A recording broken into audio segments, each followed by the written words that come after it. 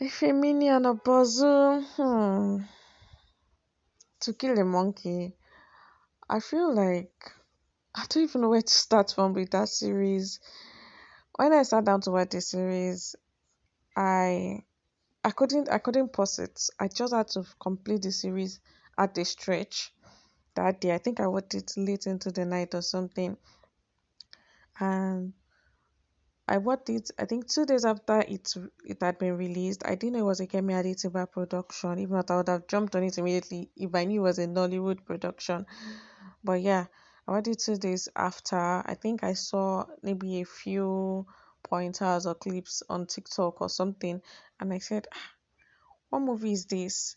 And I jumped on Netflix.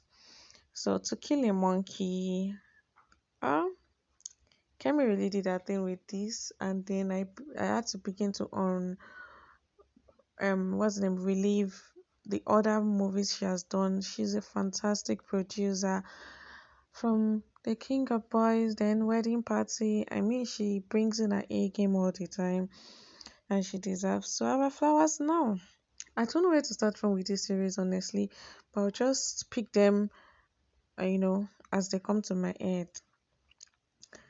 I think I'll start with the roles that were not so,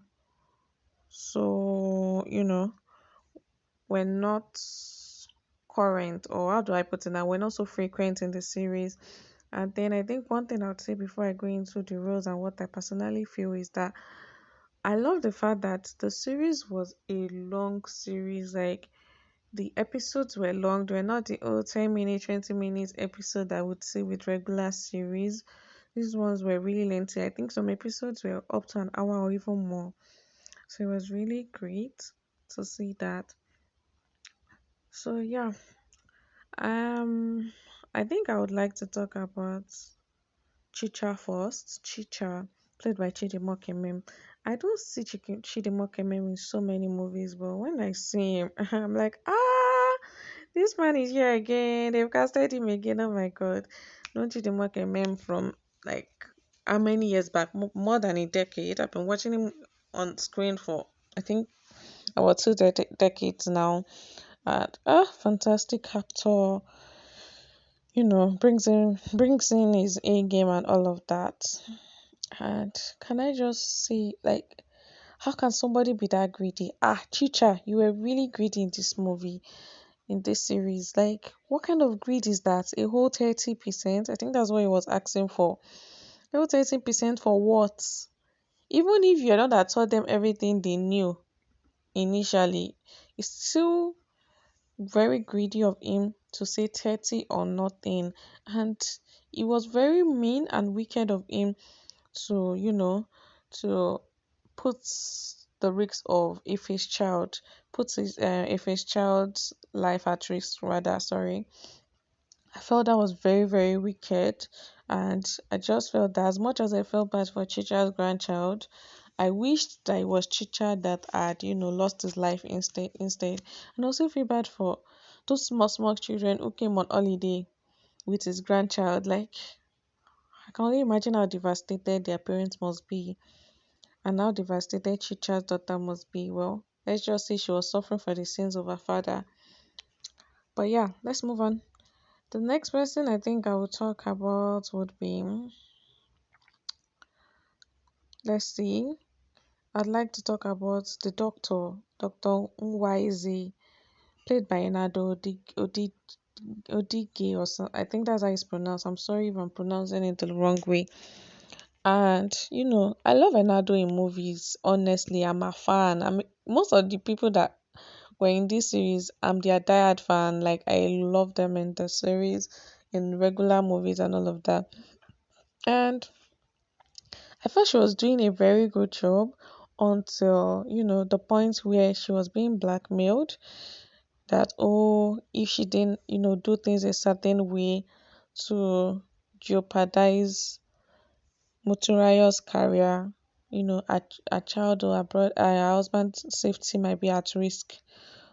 So, well, I would not like to blame her so much, honestly, because those people are so important to her. Those are the most important people in her life. So I'll just let that slide. But she did a fantastic job being a therapist. Great job and all of that. I just loved the fact that she was on that series. It was nice to see her there. The next person I think I will talk about is would be, I'm trying to look, Inspector Nome. Oh my god.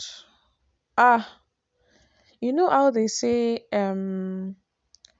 Yoruba will say Tikule Oba Jani Abi Balasin so Itita Ole Jani, or I don't know how it's being said in Yoruba. That is, if an insider is not against you, then an outsider cannot get to you. That kind of thing. That was the way it was with Inspector Nome. Who else thought he was going to betray Mo? I never saw it coming. I didn't think he was going to betray Mo at any point, because I felt, oh, he was the only one that really cared about that. Very nice. Oh, what a nice inspector. Ah, I guess I was gullible. That guy is a traitor, all because of money. But yeah, I'm glad he met his doom, kinda. And people saw him for who he was at the end. Another person I'd like to talk about was Eno. I would combine Eno with Mo.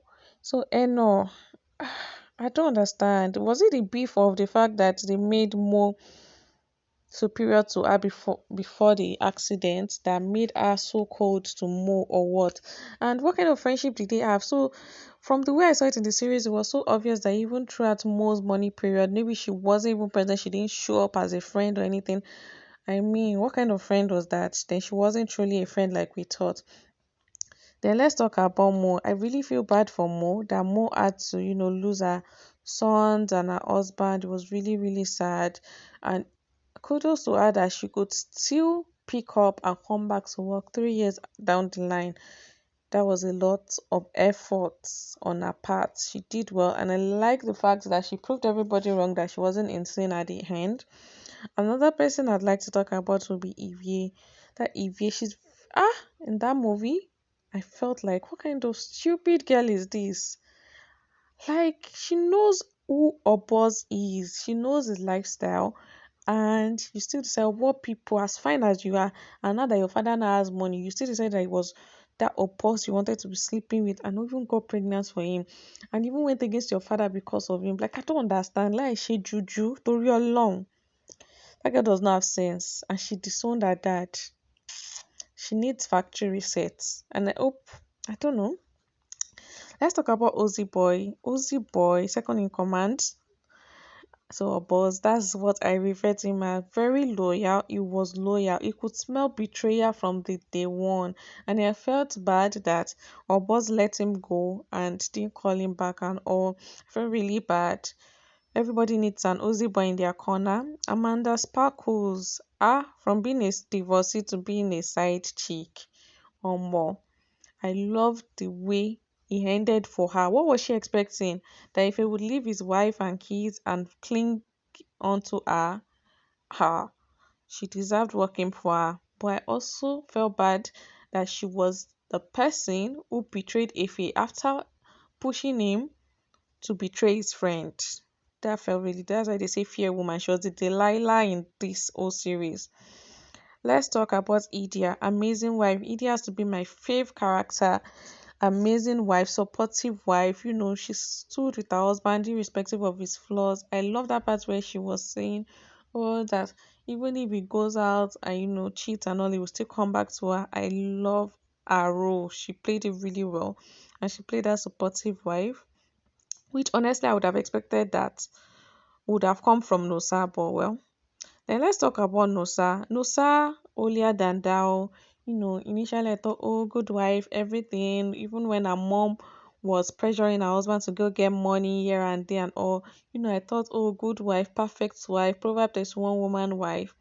All of a sudden, how did she become a drunkard? How did she generate to being a drunkard and not paying attention to her children? And that part where they had to share iPhone for souvenir at the kids' birthday party was so hilarious for me. Like, how old are the kids that you're sharing some iPhone at their party? It felt really, really hilarious. Now, money you people get reach that level. Now, let me talk about Ife. Ife meaning, I understood Ife's plight in the beginning, the plight of most Nigerians right now, finishing school and all, and not having like a stable job or anything to fall back on, the frustration and all. I understood it, but I mean, I don't know. I also understood the betrayal part where he found out that his daughter and his friend had a thing together. It was quite understandable. It was okay for him to be so angry. Trust me, I felt that. I was really pissed too, but I felt that he should have walked along. What was he thinking? That he was going to hand over what's the name? A boss to Chicha, kill a boss, and Chicha would just let him go. How stupid can he be? He's a first class graduate, for crying out loud. Why did he behave like such a dumb person? But well, I guess the Delilah played a perfect role in his life and twisted his head. Then to Obozu, for Obozu, you know, I he had his good side. I would say that at least I could see that he was so intentional about Ife. He held Ife was a brother to him till the end, and the betrayal. I could see how betrayed he felt when Ife left his side and joined. He felt really really sad. I was emotional. Like I was so emotional. How can a friend, a brother behave in such a way? It was really, really sad. And I love the fact that if it, sorry, Obozu's death was, they avenged his death. I loved that. But can men really do better with like, can men just be men, be friends, be brothers, and not go ahead sleeping with their friends' kids or their friends' spouses or girlfriend? Like, they need to do better. But in all, Kemi Adetiba did a fantastic job with her series. I didn't even know she was the writer, the producer, the director. It was a great one.